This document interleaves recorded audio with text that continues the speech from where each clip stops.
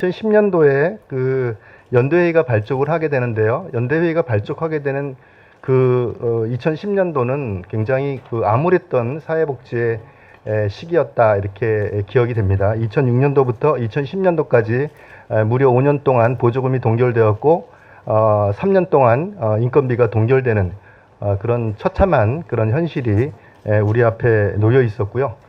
그 과정 속에서 사회복지관을 중심으로 그 당시 오세훈 시장에게 그 보조금 인상과 인건비 인상에 대한 부분을 요구했고 그 요구에 대한 부분이 이제 그 코리아나 호텔에서 새벽 7시에 우리 그 관장님들이 개인 비용 5만 원씩을 내면서 그렇게 모여서 약간은 비굴하게 시장님 모셔놓고 약간 협박을 했죠.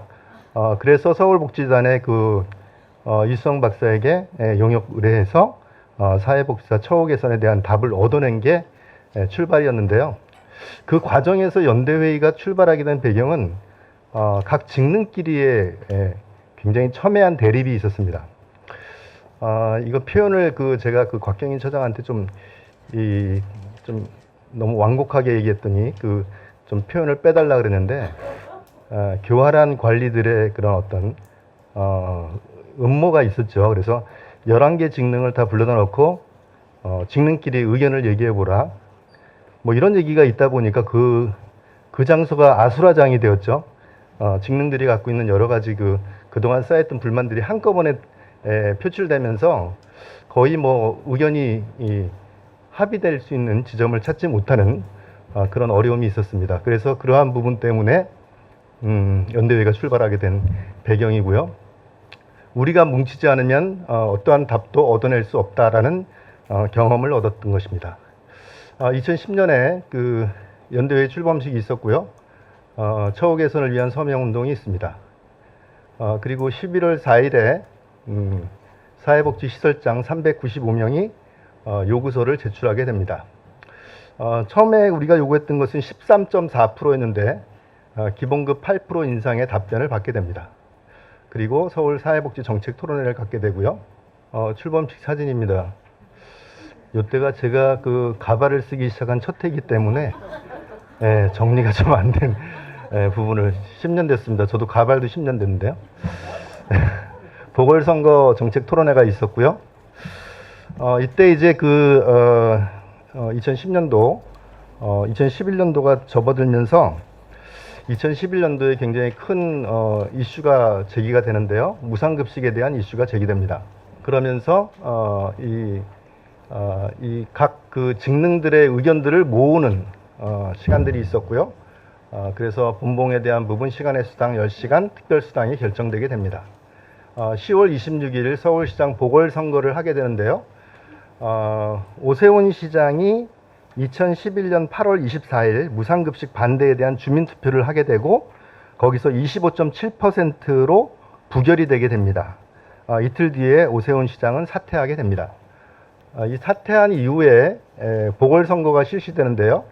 이때 박원순 시장하고 박원순 후보와 그리고 나경원 후보가 나오게 됩니다. 이 사진을 자세히 보면 좀 특이한 사건이 하나 있는데요. 연대회의에 어떤 초청된 박원순 후보와 나경원 후보는 근데 정책토론회를 한국사회복지사협회랑 하게 됩니다.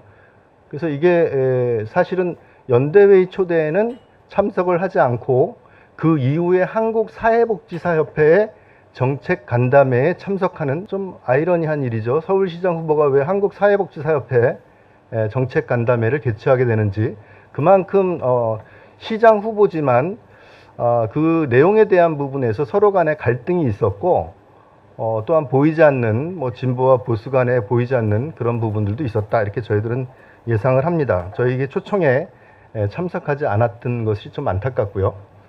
그리고 10월 24일 광화문에서 서울시 사회복지협회가 박원순 후보에 대한 복지 공약을 지지하는 선언을 하게 됩니다. 2012년도부터는 이제 본격적으로 운영 개선 TF가 활동을 하게 됩니다. 그리고 단계적인 어떤 계획을 세우게 되는데요. 2016년도까지 향후에 대한 부분의 목표를 잡게 되는데 공무원 급여 수준의 96%까지의 도달을 목표로 하는 지속적인 임금 인상 운동을 하게 됩니다. 네, 공청회가 있었고요. 단일임금 체계에 대한 진행 보고가 있습니다. 이때부터 이제 단일임금 체계에 대한 얘기가 나오게 되는데요. 사실 그 이용시설 중심인 종합사회복지관, 노인복지관, 장애인복지관이 상대적으로 이용 생활시설에 비해서 급여가 조금 높은 수준이었습니다. 그러한 부분에서 개별 직능들의 요구사항에 대한 부분들을 진행하는 부분에서 여러 가지 문제가 생겨서 연대회의를 만들었기 때문에 연대회의 안에서 단일임금 체계를 만들어내야 된다라고 합의를 했고, 그 합의의 부분에서 삼정복지관이 이해하고 거기서 함께 힘을 모으자라는 의견을 갖게 됩니다. 2014년도도 계속적인 임금 추쟁이 있었고요. 이때 재밌는 사실은 이제 시설 위탁 기간을 5년으로 연장하는 연장 요구가 있어서 거기에 따라서 자치구 중에서 12개 자치구가 위탁 기간을 5년을 연장했고, 지금은 거의 대부분의 자치구가 5년으로 연장하는 그런 결과를 얻어내게 됩니다. 이 부분도 연대회의의 노력의 결과라고 얘기할 수 있습니다. 2014년도 급수 분류 그리고 관리자 수당에 대한 부분 인상, 그런 요인들이 있습니다. 이때 이제 6.4 지방선거가 있었고 정몽준 후보자와 박원순 후보자의 정견 발표가 있었습니다. 연대회의에서 개최를 했고요.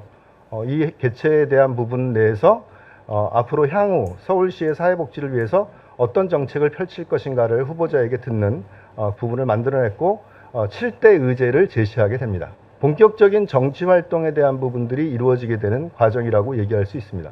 2015년도도 거의 비슷한 사항이 있었고요. 이때 사회보장사업에 대한 정비 방안에 대한 내용들이 있었고 사회보장사업 정비 방안 즉각 처리를 위한 서명운동이 전개되게 됩니다. 중앙일간지에도 광고를 게재하는 이 비용에 대한 부분들도 연대회의에서 직능들에 대한 부분하고 힘을 모아서 광고를 게재하게 되는 사건이 있었습니다.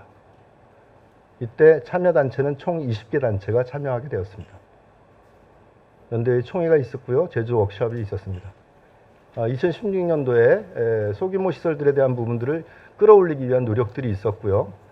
기말수당이 기본급으로 편입되게 되고 복지포인트, 근속휴가제, 대체인력 지원, 국내외 연수사업 등이 서울시로부터 지원을 받게 됩니다. 직능협회장이 1인 시위가 있었네요.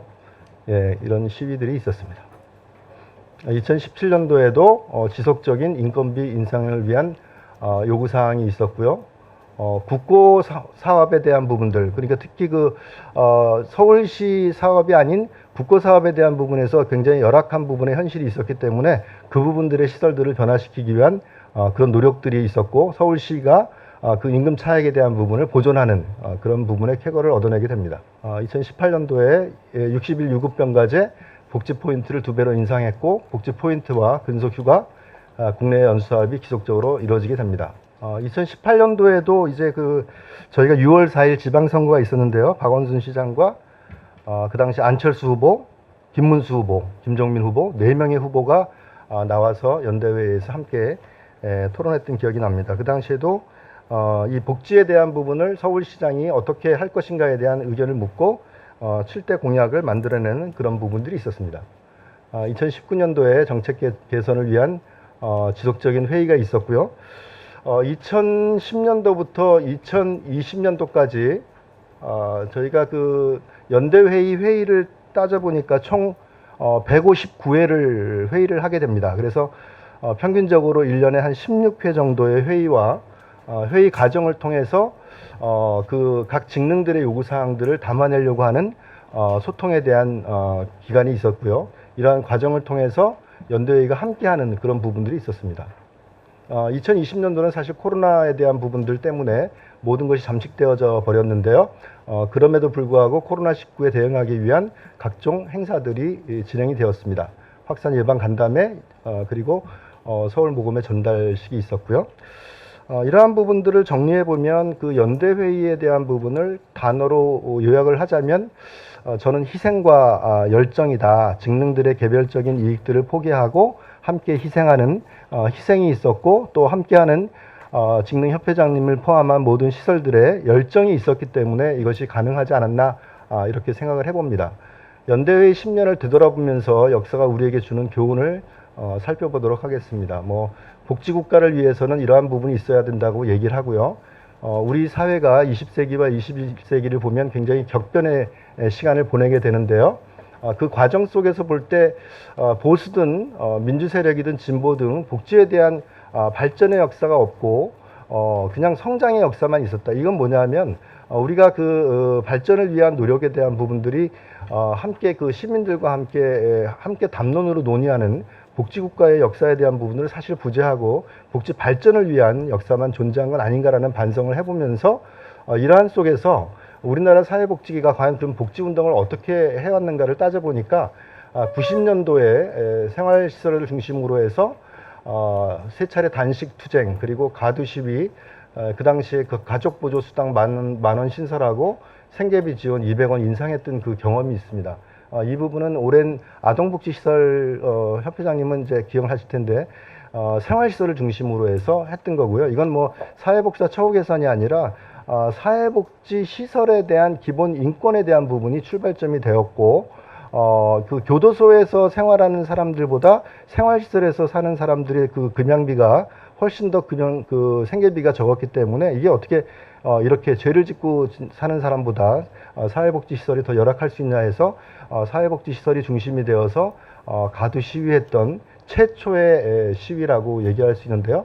그 당시 1990년대 시위 그때 저도 참여를 했을 때 그때 기억으로는 뭐 사회복지사들이 워낙 착해갖고 신호 지켜가고 데모하면서도 신호 지키고 또 일부 여자 사회복지사들은 뭐 담배꽁초까지 주스면서 걸어가기 때문에 전경들이 막 박수치고 와 사회복지사 정말 착하다 막 이런 부분들의 얘기를 듣는 그런 부분이었고요. 한겨레 신문에 박스 기사로 나면서 결국 그 복지부 그 당시 보건사회부가 깜짝 놀라서 생계비 인상했던 기억이 납니다. 그리고 2003년도에 사회복지관 정부보조금 현실화를 위한 전진대회가 있었고요. 2004년도 기억하시겠지만 이명박 그 당시 서울시장 재임 중에 박미석 서울복지재단 대표에 대한 부분들의 퇴진운동이 있었습니다. 2010년도 서울시 사회복지계에는 시장으로 오세훈 복지재단의 이성규 대표, 그 다음에 협의회 양경자 회장님, 사협회 정종우 회장, 사회복지관 협회 안형환 회장님이 있었습니다. 이때가 사실 5년 동안 동결되게 된 그 배경을 저희들이 볼 때 선배님들이 잘 하시긴 했지만 이러한 부분에서 좀 결국 5년간의 동결이라는 부분을 만들어 온 부분이 이런 어떤 우리 안에서의 어떤 투쟁의 역사를 발휘하기 어려운 구조가 있었다라고 저희들은 생각을 하고요. 이 과정 속에서 앞서 설명했듯이 사회복지관을 중심으로 하는 처우개선 운동이 있었고 그 당시 6월에 그러면 너희들끼리 한번 논의해봐라라는 의견 수렴의 장이 난장판이 되면서 결국 2010년도 7월에 서울시 사회복지연대회의가 출범하게 됩니다. 그 이후의 과정은 말씀드린 대로 박원순 시장 체제 속에서 출범하게 되는 그러한 연대회의가 있었고요. 연대회의에 대한 부분들을 보면서 저는 고민되는 지점들이 향후 앞으로 우리는 어떻게 해나가야 될 것이냐, 연대회의가 이룬 것은 무엇이고 앞으로 어떠한 부분으로 해야 될 것이냐에 대한 고민들을 이후에 그 최성숙 회장님이 또 얘기를 하시겠지만 저는 목표를 달성했다면 새로운 그림에 대한 부분을 연대회의가 새로운 목표를 다시 이제 정체성을 세우고 비전과 미션을 다시 한번 생각해보는 그런 시간이 되어야 되지 않을까라는 생각을 해봅니다. 사회복지계의 정치 참여에 대한 논쟁도 여전하고요. 진보와 보수 간에 보이지 않는 내분도 여전합니다. 보수의 얘기를 듣지 않으면 저는 진보 독재라고 볼 수 있고요. 또한 그들만의 리그같이 이루어지는 소위 얘기하는 몇몇 사람에 의해서 좌지우지되는 서울시의 정책, 이 부분은 연대회의를 통한 전체 의견들을 소렴하는 과정들이 필요하다. 엘리트 공무원과 진보 성향 몇몇 교수의 정책 개발이 정책으로 쏟아지고 그것을 그대로 받아야 되는 사회복지 현장은 과연 어떻게 대처를 할 것이냐. 공공성 확보라는 미명으로 차동, 돌봄 SOS, 사회복지 서비스원이 이루어지지만 민간 사회복지계는 거기에 대해서 얼마나 체감도를 느끼고 거기에 대응할 수 있느냐, 이 부분을 함께 고민을 해야 되고요. 마지막 부분인데요. 저는 그 사회복지의 꿈과 열정이 열정페이 강요만인가, 그럼 우리는 샐러리인가, 샐러리맨으로서 전락할 것인가, 이 꿈과 열정이라는 우리가 갖고 있는 사회복지사의 열정이 열정페이라는 미명하에 결국 또다시 보여지는 세대 간의 갈등, 사회복지사들이 바라보는 시설장을 바라보는 시각을 우리가 언제까지 이 부분으로 안고 갈 것인가, 이런 것들도 연대회의를 통해서 함께 고민을 해볼 지점이 아닌가라고 생각을 해봤습니다. 네, 연대회의가 가야 될 부분은 앞으로 또 최성숙 회장님이 말씀해 주실 텐데요. 제가 느끼는 부분에서는 간략하게 말씀드렸듯이 우리 안에 함께 이루어지는 그런 희생과 열정이 연대회의를 만들었다면 앞으로의 연대회의가 가야 될 방향을 다시 한번 재조명해보고 새로운 목표를 수립하는 그런 과정이 필요하지 않겠나라는 생각을 해봤습니다. 이상입니다. 감사합니다. 사실은 이거 연대회의 10주년 어쨌든 좀 한번 이렇게 짚어보고 가야 되지 않겠냐라는 논의가 있을 때 맨 앞에 있는 사진에 공산길 관장님 옆에 서 있는 게 저인데 혹시 비교가 많이 되죠. 10년 동안에 이렇게 변했습니다. 아마 10년 역사의 모든 사진들의 제일 많이 최다 출연자가 제가 아닌가 싶습니다. 같이 참여도 하고 또 시작도 보고 중간에 또 많이 같이 참여를 했는데, 원래는 좀 가볍게 이렇게 원고도 쓰지 않고 그냥 두런두런 이런저런 얘기를 합시다 이렇게 시작을 했는데, 공상길 관장님이 갑자기 원고를 만드셨다고 저도 뭔가 좀 메모를 하라 그래서 사실은 오늘 아침에 간단히 이렇게 메모를 해서 넘겼더니 또 이렇게 PT로 이렇게 좀 정리를 해 주셨습니다.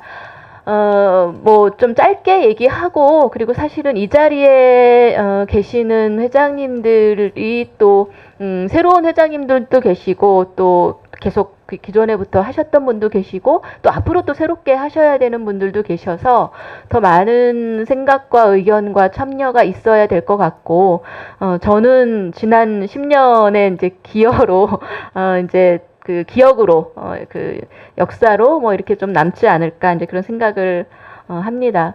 이 부분은 공산길 관장님께서 잘 정리를 해 주셨고요. 역시 저희가 2003년, 2004년, 이런 어떤 시기를 겪으면서 서울시의 복지에 대한 어떤 철학, 복지 정책에 대한 철학, 의지, 이런 부분들에서 늘 뭔가 특히 어떤 일들이 생기면 예산이나 임금이나 이런 것들은 동결하고, 인력이나 주지 않고 갑자기 생겨나는 일들은 막 현장에다가 쏟아내고, 깔때기 현상도 많아지고, 그리고 전혀 이렇게 복지에 동등한 파트너로 여기지 않고 이러면서 저희가 좀 굉장히 이 두 시장님 시절에 저도 1인 시위도 하고 집회도 하고 많은 기억들이 있습니다. 그러면서 이제 아까도 말씀드렸고 지금은 그렇지 않죠. 그런데 당시만 해도 우리끼리의 경쟁이 너무 심해서 서울시나 어떤 공공에서는 정해져 있는 파이가 있고 총량이 있고, 그 총량을 벗어나는 것은 의사결정 잘 안 하죠. 그러면 누가 더 정치적으로 누가 더 목소리가 크냐, 누가 더 로비를 하냐, 누가 더 어느 부서하고 더 가깝냐에 따라서 어느 곳은 임금이 3% 올라가고, 어디는 1% 올라가고, 어디는 동결되고, 예산의 상황도 그렇고, 그리고 쟤네들이 더 저쪽 예를 들어 사회복지관 협회는 이런 것도 주신다면서요. 이러면은 그래, 그러면은 노인복지관 협회도 같이 줍시다. 이렇게 되는 게 아니라 사회복지관 협회 여태까지 줘왔는데 노인복지관 협회, 장애인복지관 협회도 요구를 해요. 근데 여기까지 다 해주기에는 예산이 없어요. 그럼 그거를 관철해서 총액을 늘릴 생각을 하는 게 아니라 여기랑 형평성이 안 맞으니까 사회복지관 그동안 받았던 거 니네들도 같이 받지 마. 이런 결정들 저희 많이 경험을 했어요. 이제 그러면서 아까 말씀드린 것처럼 좀 뭔가 규모가 있는 기관들 또는 이용시설 중심들의 그런 예산이나 이런 것들에 대한 것과, 또 소규모라든지 또는 어떤 그런 행정과의 관계라든지가 어려운 그런 또 단체들과의 형평성의 차이들도 있고, 그때 이제 저희가 이거는 하나의 목소리로 우리끼리 파이를 가지고 이렇게 어디가 더 가냐 여기가 저 가냐가 아니라 전체의 파이를 늘리기 위한 그런 연대가 필요하다라고 하는 정신에서 출발을 했다. 이렇게 말씀드릴 수 있고요.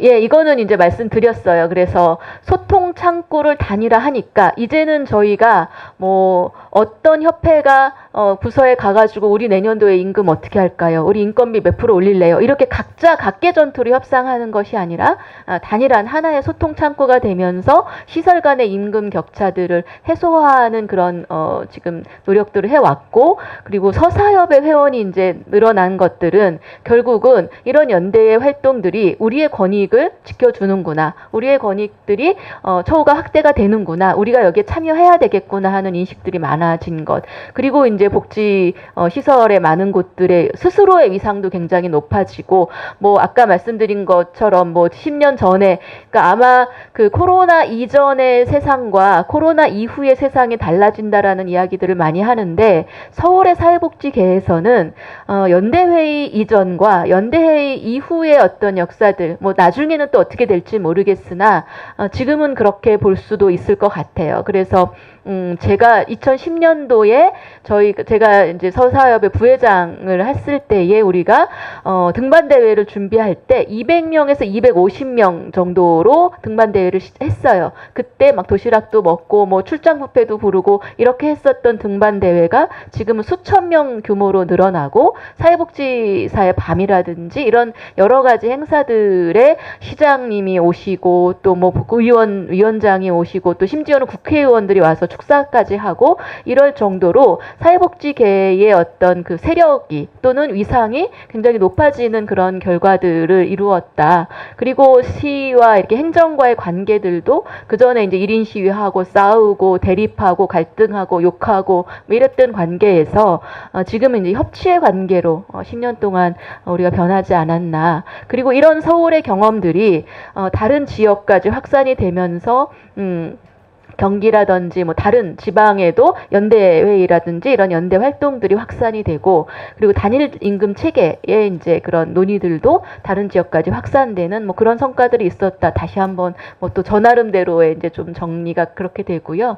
이제 좀 고민해봐야 될 지점들, 뭐 이후에 또 장재구 관장님께서도 말씀하시고 또 조금 전에 공상일 관장님도 말씀하셨지만 뭐 여러 가지 고민점들은 있습니다. 뭐 완벽하지 않고요. 또 그런 고민들 을 하나하나 저희들이 합의하고 또 해결해 나가는 과정들이 또 우리의 역사이지 않을까, 그런 생각을 합니다.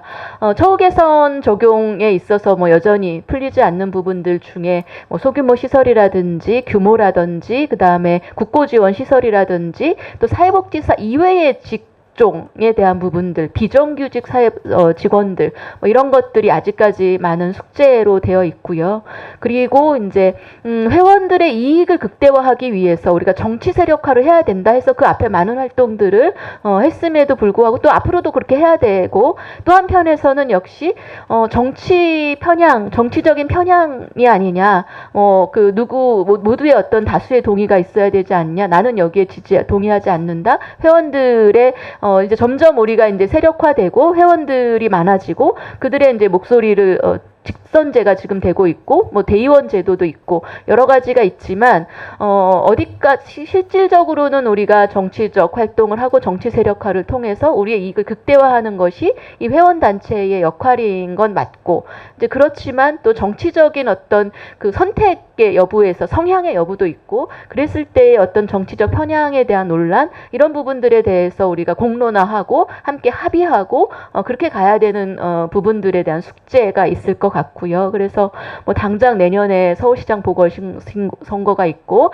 또 후년에 지방선거가 있고, 그랬을 때 우리가 그때 몇 달 남기고 정책들을 모아서 이제 일시 이렇게 하는 것이 아니라 뭔가 상시적인 대응팀이 있어야 되지 않나, 뭐 이런 생각들을 해봤습니다. 또 말씀드린 것처럼 지금 이제 단일 임금 체계 완성된 건 아니지만 그동안에 우리가 쭉 달려왔던 10년의 가장 많은 부분들이 처우 개선 활동의 중심이 되어 있었고, 또 그 부분들이 실제적으로 나한테 실감이 됐기 때문에 우리가 이제 힘을 이렇게 모을 수 있었는데, 이게 마냥 처우 개선이 막 한참 올라갈 수는 없고 어느 정도 저는 정점에서 조금 어느 부분이 남아 있는 걸로 생각이 되는데, 그랬을 때 우리가 모일 수 있는, 함께 할 수 있는 그런 동력은 무엇일까?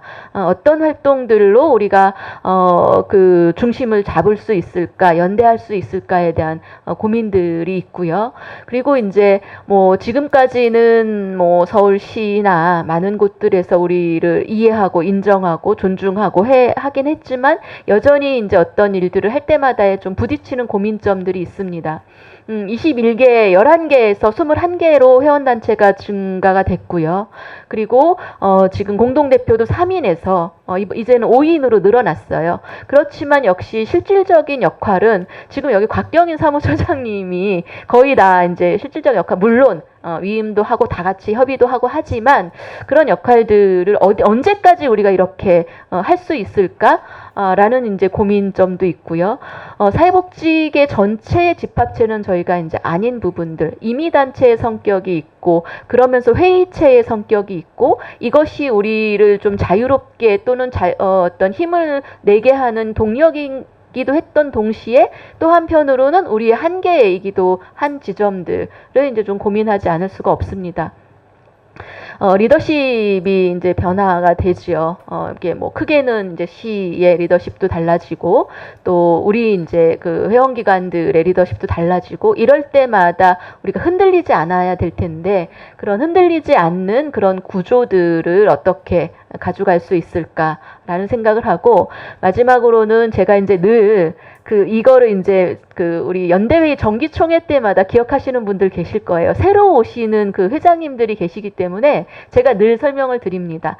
왜냐하면 저희가 크게 보면은 사회복지사협회가 있고 사회복지협의회가 있는데, 저희 특히 이제 협회장님들이 우리가 이렇게 단톡방이 있잖아요, 요즘에는. 그러면은 어떤 거는 곽경인 사무처장이 이렇게 초대해서 들어가고, 또 어떤 거는 또 협의회에서 초대해서 들어가는데, 이 회장님들하고 이 회장님들하고 내 양쪽에서 다 초대가 되는데 뭐가 다르지? 뭐 이제 이런 이렇게 헷갈리는 지점들이 있으셔가지고 제가 늘 설명을 드리죠. 그래서 우리는 직능협회라고 하는 곳은 시설을 중심으로 직원들이 같이 이제 일을 하는데, 거기에 사회복지사들의 개인들의 참여와 그 다음에 이제 개인의 회비를 내고, 그리고 보수교육이라든지 처우 개선이라든지 뭐 이런 부분들은 이 연대회의가라는 어떤 구조가 있고, 그리고 이제 사회복지협의회라고 하는 곳에는 정관에 의해서 직능위원회라고 하는 것들을 두고, 그리고 여기에서는 주로 서울시 보조금을 받아서 행사를 하기 때문에 우리가 공동의 행사라든지 또는 자원의 분배라든지 뭐 이런 것들, 양쪽의 어떤 기능들이 조금 다르고, 그렇지만 우리는 직능협회는 양쪽 다 소속되어 있습니다. 그리고 이제 협의회에 소속되어 있는 곳과 그 다음에 그 연대회의에 소속되어 있는 곳의 그 숫자는 조금 다릅니다. 그렇지만 많이 중복이 한 80% 정도는 중복이 되기 때문에 제가 이 구분을 이제 말씀을 드리는데, 내년에는도 이 얘기를 제가 안 하기 위해서 기록에 좀 남기려고 이제 좀 정리를 했습니다. 그래서 여전히 저희가 사회복지사협회, 협의회, 직능협회 또는 사회복지사 개인, 이 모두 서울에 있는 사회복지계가 모두가 한 울타리 안에서 모두가 하나의 역할들, 각자 설립된 취지와 또 주요 사업이 다르기 때문에 각자의 역할들을 하면서 필요할 때 좀 다 같이 이렇게 모임이 되는, 또 연대가 되는 뭐 이런 것들도 우리가 좀 지향을 해야 될 텐데, 이런 것들이 과연 필요한 것인지, 그런 것을 고민해야 되는 것인지, 아니면 지금의 이 수준 정도가 오히려 더 좀 간소한 것인지, 뭐 이런 것들에 대해서는 뭐 각자 생각도 다르고 정답이 있는 게 아니기 때문에, 뭐 그냥 좀 앞으로 10년, 뭐 20년 아니면은 뭐 얼마의 시간이 걸릴지는 모르겠지만, 연대회의가 어떤 일들을 해야 되고 좀 어떤 방향으로 가야 될지를 고민하기 위한 어떤 뭐 좀 제가 10년 동안 겪은 그런 생각들의 그냥 좀 퀘션들을 좀 이렇게 나누면서 저는 여기까지 말씀드리고, 이후에는 또 회장님들이 많이 의견을 주시기 바랍니다. 예, 이상입니다. 감사합니다. 앞에서 공상길 회장님과 최성숙 회장님께서 일상적인 활동에 대한 부분들을 말씀해 주셨고요. 저는 서울시 사회복지계 선거 국면에 있어서의 참여에 대한 부분들을 먼저 살펴보는 시간을 갖고자 합니다. 쭉 내용은 간략간략하게 활동에 대한 소개의 부분인데 좀 유심히 봐주셨으면 하는 부분들이 저희가 최초로 했었던 사회 전국 동시지방선거로부터 8회까지 전국 동시지방선거에 참여를 했는데요. 조금씩 미세한 변화가 있습니다. 그것이 아마 교과서적으로 얘기하는 정치 참여에 있어서 소극적 참여에서 적극적인 참여에 대한 부분들이 좀 구분이 있습니다. 저희 명시는 안 해놓으셨는데 다들 아시다시피 단순하게 투표에나 뭐 선거에 참여하는 부분들부터 시작해서 후보자의 캠페인까지 전개하는 부분으로 하는데 저희 사회복지계의 선거의 국면에 있어서의 참여들이 부분들이 이제 소극적인 참여에 있어서 적극적인 참여로 그렇다 해서 뭐 소극적인 참여 부분들이 전혀 없었던 부분은 아니고요. 그 부분들이 함께 변해가면서 발전되고 있다라는 부분들 이러한 형태로 좀 이해를 해주시면 좋을 것 같고요. 각 단계별로 활동에 대한 설명들은 2014년도에 그 서울시 사회복지사협회에서 정치참여 토론회가 진행이 됐었습니다. 10월에 진행이 됐었는데 그에 대한 부분들을 요약 발췌했다는 거 미리 말씀을 드리고 합니다. 뭐 다들 아시다시피 이 정치라는 부분들의 사전적 의미는 뭐 다 아시는 부분들인 것 같아요. 근데 이제 왜 우리가 사회복지계가 정치 참여에 대한 부분들에 대한 찬반의 논란이 생길 수밖에 없는지에 대한 거가 가장 큰 부분들이 정치는 상대가 있는 게임이잖아요. 그러니까 어느 한 부분들에 있어서 합의된 부분들이 아니라 각 세력 간의 협의와 토론을 통해서 진행이 되고 거기에 있어서 사회복지계도 정치에 참여의 일주체가 되다 보니까 일정 정도는 사회복지사들이 그리고 사회복지계가 정치 참여하는 부분은 분배의 정의 실현이나 평등의 실현에 대한 가치를 두고 참여를 하다 보니까 상대적으로 일정적인 편향성들이 존재할 수밖에 없는 부분들이 있습니다. 그러다 보니까 이 편향성 때문에 대한 고민들 얼마 전에 지금 이제 서울시 사회복지사협회 이거 작성을 하는데 그 서울시 사회복지사협회 홈페이지에 들어가니까 어마어마한 논란이 있더라고요. 그 중에 하나가 특정 정치 세력과의 밀착에 대한 우려의 목소리였습니다.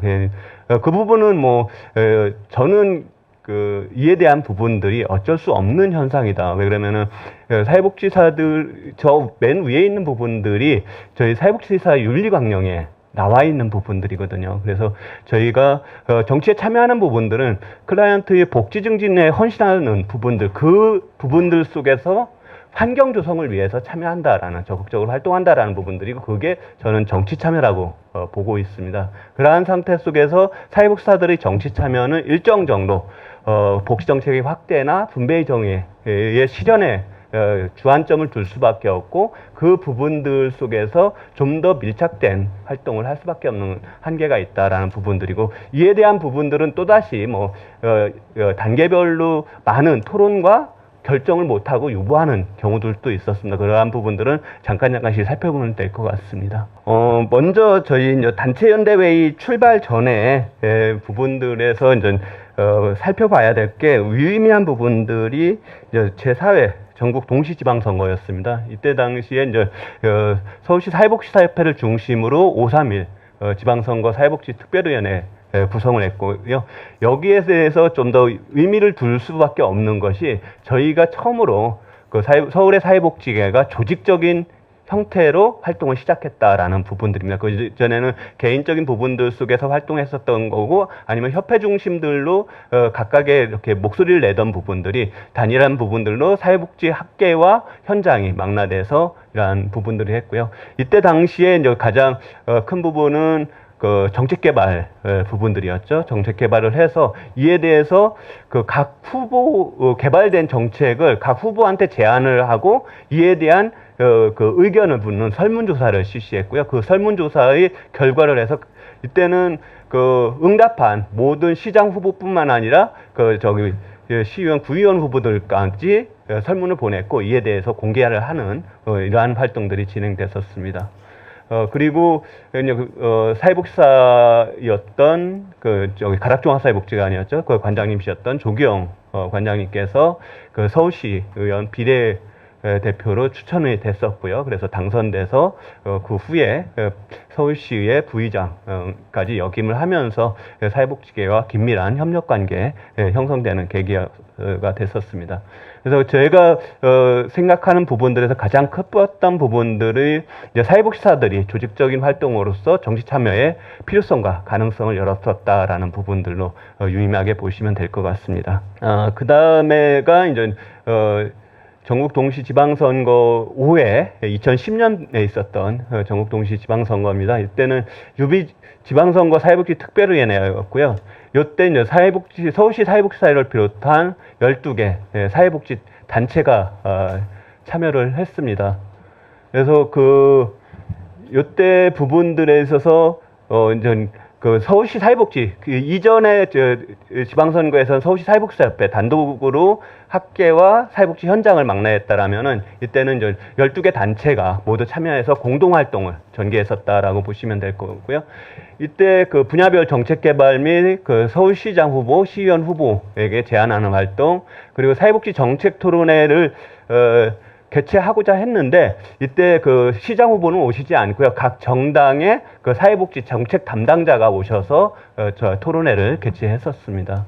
그리고 저희가 이때만 해도 지방선거가 그렇게 많이 정착됐다라는 부분보다 하다 보니까 사회복지계에서 좀 창정권 확대를 위한 선거 캠페인 전개를 해보자라는 그런 활동이 됐었고요. 이 여러 가지 이제 사회복지 이제 서울시 사회복지 단체연대회에 출범이라는 부분들이 여러 가지 계기가 있었던 것 같아요. 오세훈 시장 시절에 전혀 처우 개선이나 우리를 정책 파트너로 삼지 않는 부분들이 하나의 출발점이 될 수 있었던 거고, 또 하나는 제가 봤을 때는 이러한 공동의 활동을 통해서 연대회의 출범에 모태가 되지 않았느냐라는 그러한 평가를 하고 있습니다. 그 부분들이 이제 보시면 될 것 같고요. 이때까지만 해도 대부분 다 소극적으로 직접적인 선거에 개입하는 부분들이나 파트너가 돼서 활동하는 것보다는 소극적인 활동에 주안점이 두어졌습니다. 다들 아시다시피 오세훈 시장이 5회 전국 동시지방선거 당선되시고 얼마 후에 무상급식 부르면서 주민투표 실시에 대한 의견조사가 있었잖아요. 그 부분들이 부결되면서 오세훈 시장님께서 사퇴를 하시고 이제 보궐선거가 진행이 됐습니다. 이때는 별도의 사회복지 특별위원회를 구성하지 않고 직접적으로 서울시 사회복지 단체연대회의가 정책 TF를 만들어서 직접 참여하는 부분들로 진행이 됐습니다. 그래서 사회복지 정책 개발을 위한 TF 구성이 됐었고요. 내용이나 이러한 부분들은 자료 참고하시면 될 것 같습니다. 그리고 이때 이제 말도 많고 이러한 부분들의 이제 보궐선거 후보자 초청 토론회가 프란치스코 회관이었죠. 거기에서 새벽 6시인가부터 이렇게 1시간씩 차이를 두고서는 개최해서 다들 모였는데 아마 다들 기억하실 거예요. 한 후보 안 오시고, 한 후보만 오시고, 논쟁이 되고.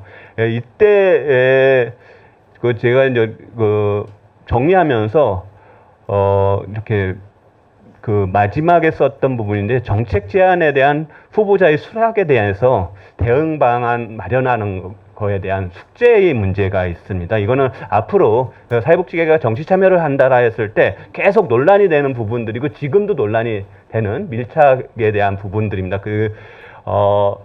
박원순 후보와 나경원 후보 두 분이 정책 토론회에 참여를 한 분씩만 하시고 저희가 7대 요구에 대한 부분을 보내드렸었는데 모 후보께서 두 차에 걸쳐서도 이에 대한 응답을 계속 거부를 하세요.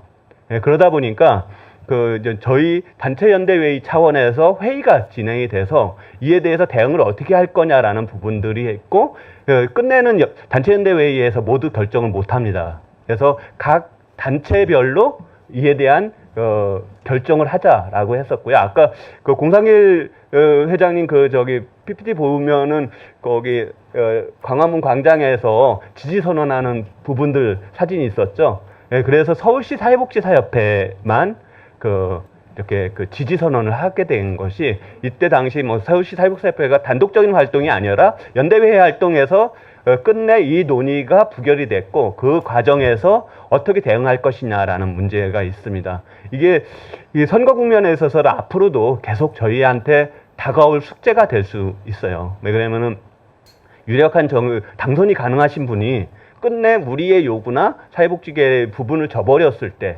그렇다면 우리는 그 후속은 어떻게 할 것이냐라는 부분들에 대한 고민들이 있거든요. 거기에서 어떻게 보면 막 모험일 수 있고 관계에 막 단절이 그 후속에 문제가 단절이 될 수 있기 때문에 이 선거 국면이 사회복지계의 영향력을 정치적 영향력을 확대하는 중요한 계기가 될 수도 있음에도 불구하고 또 안에 이러한 모험적인 위험도 항상 갖고 있다라는 게 여러분들이 숙제의 부분인 것 같습니다.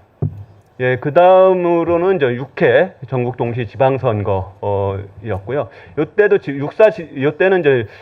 육사 지방선거 사회복지 특별위원회 구성을 했는데, 이때는 조금 다른 부분들이 3개 주체가, 그리고 서울을 대표하는 사회복지 단체 3개 주체가 모두 참석했다라고 보시면 될 것 같습니다. 그래서 서울시 사회복지사협회, 서울시 사회복지협회, 서울시 사회복지 단체연대회의. 여러분들 다 아시다시피 서울시 사회복지 단체연대회의에는 그 서울시 사회복지협회가 들어와 있지는 않습니다.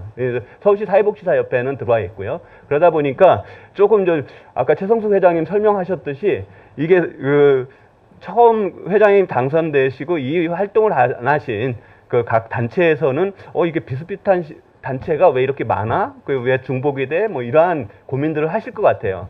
이제 그러한 부분들에 뭐 어쨌든 활동을 하면서 이해하시고 좀 더 손쉬운 연대와 활동들이 필요하다 보니까 이렇게 추진되고 있다라고 보시면 될 것 같고, 육사 지방선거에서는 그래도 서울을 대표하는 사회복지 단체들이 모두 망라돼서 육사 지방선거 사회복지 특별위원회 구성됐다라고 보시면 될 거고요. 이때 유의미한 부분들이 최초로 서울시장 후보자, 유력한 서울시장 후보자를 2분 다 모시고 토론회가 개최됐다라고 보시면 됩니다. 그때 여성프라자에서 그 박원순 후보와 정몽준 후보 2분을 모두 초빙하셨고, 그분들의 정견 발표와 이렇게 질의응답하는, 그때 아마 사회복지사들이 한 500여 명 참석해서 계속해서 사회복지계가 이런 토론회를 요청을 했는데 한 번도 응하지는 않으셨었어요. 그게 성사가 안 됐었던 부분들이고, 앞전에 설명하셨던 보궐선거에서도 그런 부분인데, 처음으로 그만큼 저희의 영향력들이 확대되는 부분들로 인식되고 있다라는 긍정적인 신호라고 봅니다, 저는. 이게 이제 앞으로도 이러한 부분들이 계속 유지돼야 되고, 오늘 이제 제 발표의 말미에서 말씀을 드리겠지만은, 이게 연대라는 부분들을 어떻게 계속 유지 발전할 거냐가 우리 과제다라는 부분에서 또한 마찬가지로 이러한 저희가 단체연대회의를 통해서 계속적인 함께 활동을 하다 보니까 이러한 정부나 아니면 선거 국면에 있어서도 일정 정도 저희를 파트너 아니면은 대등한 정책 제안자로서의 함께 할 수 있는 부분들로 의상지어졌다라고 보시면 될 것 같고요. 이때 또 하나 유의미했던 활동은 이제 사회복지사들이 자기가 지지하는 후보자에 대한 지지 모임을 결성해요. 그래서 그 지지 모임들이 각 후보 캠프에 적극적으로 결합해서 캠프에서 활동을 하게 됩니다. 여러분들 이제 이게 참 어려운 과정들인데요. 요즘에 이제 선거를 많이 보시면 아시겠지만은 가장 어려운 단계가 후보자가 되기 전의 단계가 가장 출마자, 각 정당의 후보자가 되게, 국회의원 선거도 그렇고, 뭐 시장 후보나 구청장 후보나 다 마찬가지로 어려운 단계의 당내 경선에서의 부분들이에요. 그러다 보니까 저희 사회복지사들이 이 당내 경선에서 그러니까 후보자들은 어려울 때 도와주시는 분들이 정책적 파트너로서 인식이 높은 부분들로 작용을 합니다. 그 부분들 때문에 저희가 연대회의의 공식적인 활동과 서울 사회복지계의 비공식 활동이 원활하게 이렇게 맞물려 가야 된다라는 게 저희 오랜 활동 경험 속에서 나왔었던 거고, 그러한 부분들을 좀 비공식 활동으로 타개하려고 했었던 게 서울시장 후보자 지지자 모임을 만들어서 이에 대한 활동을 지원해보자라고 했었고, 이 활동들이 일정 정도는 성과를 낼 수 있어서 그 후보자 캠프에 직접 개입을 해서 캠페인 활동에 함께 했었다라는 겁니다. 근데 제가 봤을 때는 이 소극적인 사회복지계의 정치적 영향력을 확대하기 위한 세력화가 이렇게 정책 제안이나 뭐 이렇게 정당의 간담회 이러한 부분들의 소극적인 활동에서 좀 더 적극적인 활동으로 변화를 해야만이 우리의 영향력이 지속되고 활동할 수 있다라는 부분들이고, 이에 대해서는 어떻게 준비하실 건가는 이제는 여러분들이 현재 이제 활동하시는 분들의 과업인 것 같습니다. 이러한 고민들은 계속 유지돼야 될 것 같고요. 예, 7회 그 전국 동시지방선거도 이렇게 이제 3개 단체가 함께 했었고요. 이 직전에 선거하고 뭐 큰 차이가 없었습니다. 다들 아시다시피 저희도 선거 국면에 있어서 평가를 하고 어떠한 예측을 하면서 움직이게 되잖아요. 그때 워낙 쟁점이 없는 선거라는 뭐 자체적인 판단 이러한 부분들이 있다 보니까 일정 정도는 이전에 비해서는 조금 더 적극성이나 뭐 이러한 부분들이 큰 차이가 없었던 거고요. 여기에서 좀 더 나왔었던 부분들이 저희가 그 사회복지 정책 개발을 위한 TF를 연대회의 차원에서 개발을 해서 정책을 만들었고요. 그 정책을 각 정당 찾아다니면서 그 공동대표님들이 함께 다 갔었던 것 같아요. 더불어민주당 그리고 자유한국당인가요? 그리고 바른미래당, 정의당. 그래서 거기 정당 대표들과 사회복지 정책 담당자들과 함께 간담회를 갖고 이에 대해서 건의하고 하는 이러한 활동들이 했었습니다. 그리고 후보자 초청 정책 토론회가 여성 프라자에서 진행이 됐었고요. 그리고 이에 대한 이때 당시에는 후보자 초청 토론회는 4분 다 오시지는 않고 박원순 후보와 정의당의 김종민 후보 2분이 오셔서 토론회가 진행이 됐었고요. 저희가 고심 끝에 박원순 시장 후보 캠프와 정책 협약 체결하는 부분들이 진행했었습니다. 여기에서는 그렇게 작성을 안 해놨는데 설명 자료에는 좀 있습니다. 이때 저희 서울의 사회복지계가 직접 사회복지사가 정치에 참여할 수 있는 구조에 대한 고민들이 많았습니다. 그래서 이전에 조규영 후보가 사회복지계의 노력을 통해서 열린우리당의 공천을 받고 이러한 활동이 저희가 직접적으로 사회복지 현장을 알고 사회복지사의 권익에 대한 의지를 가지신 분들이 직접 의회에 진출한다는 건 되게 큰 의미가 있어요. 저희가 이러한 연대회의 활동이나 처우 개선하는 데 있어서의 적극적인 우군이 있다라는 부분들이 활동에 있어서 엄청난 시너지 효과가 있거든요. 그러한 부분들 속에서 저희도 계속적인 이에 대한 고민은 있었는데 훈련된 후보자의 부족이라는 부분들도 있었고, 직전에는 7회 전국 동시지방선거 때는 저희가 후보자를 직접 내기도 했는데 끝내 정당 활동이나 이러한 경험의 부재 속에서 역량의 한계를 느끼는 부분들이 있습니다. 그래서 저희가 후보자를 더불어민주당 서울시의 비례대표로 추천을 했고 적극적인 지지 활동을 전개했었는데요. 아마 면접 과정까지 무사히 통과를 했는데 끝내 당무위원들의 이렇게 순위표 투표에서는 좀 밀려서 공천을 못 받았죠?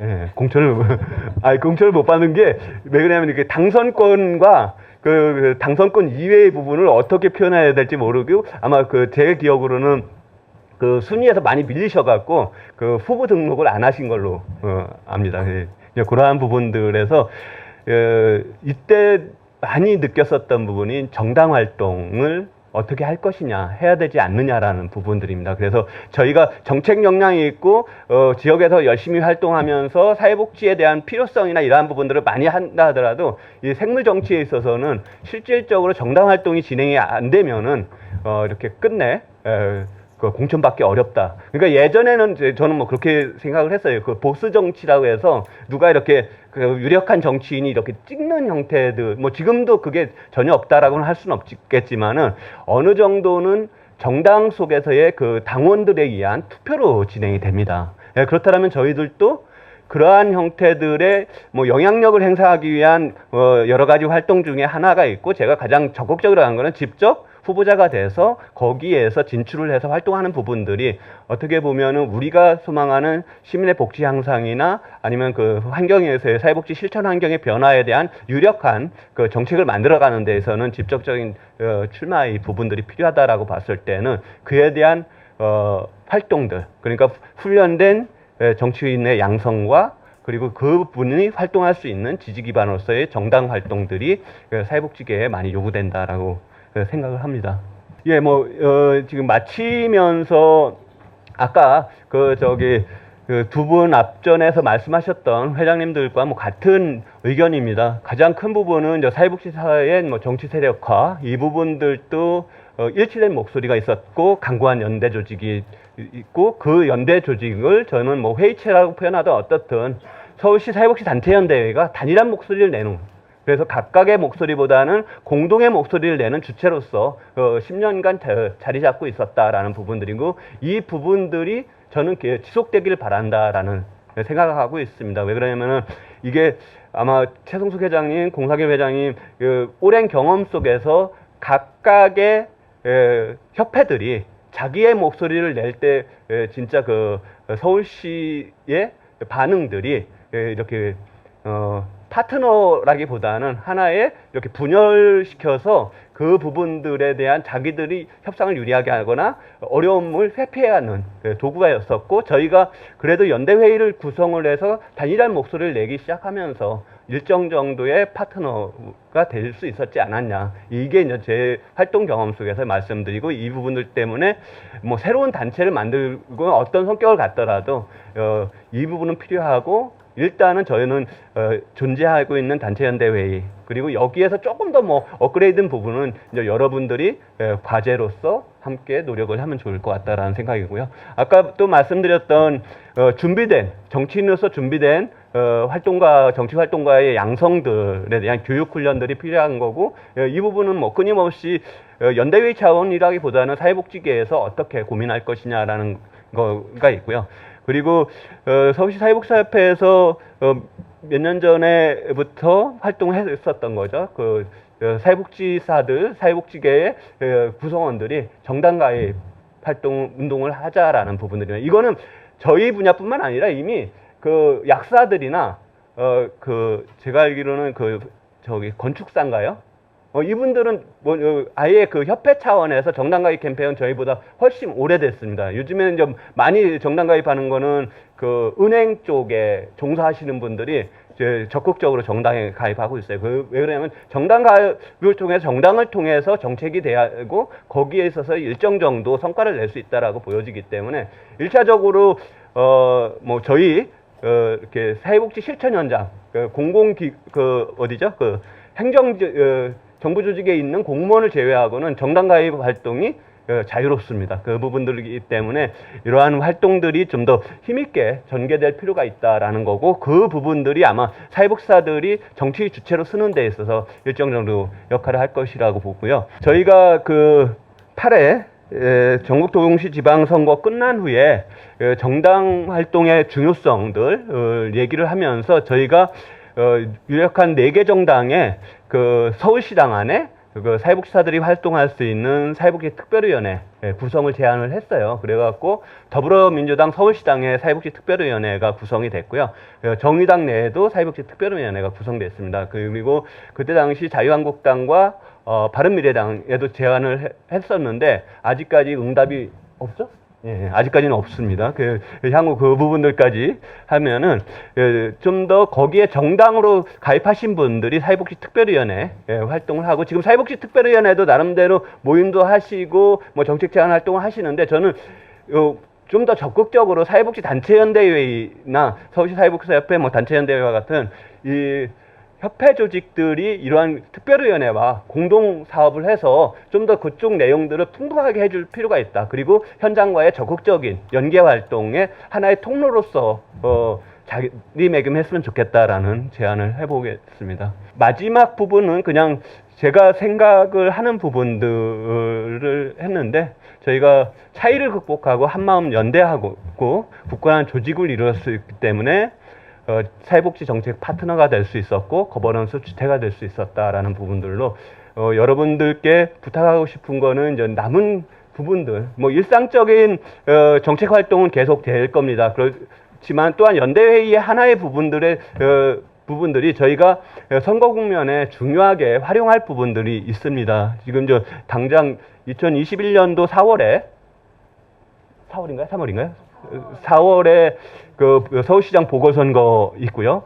2022년도에 대통령 선거와 지방선거가 뭐 동시에 시작될지 3월하고 6월하고 이렇게 각각 시작될지 모르겠지만은 선거 부분들이 있고 여 국면에 있어서 좀 더 우리가 적극적으로 활동을 하고 이 부분이 필요하고 그냥 이렇게 예전처럼 계속해서 저희가 아쉬운 부분들이 의회 공간이나 실질적인 정책 위반할 수 있는 위치에 저희 후보가 없다라는 선수가 없다라는 부분들이 좀 많이 안심이 남기 때문에 미리미리 준비를 해서 이에 대한 준비가 진행되면 어떨까 하는 생각을 갖고 있습니다. 예, 감사합니다.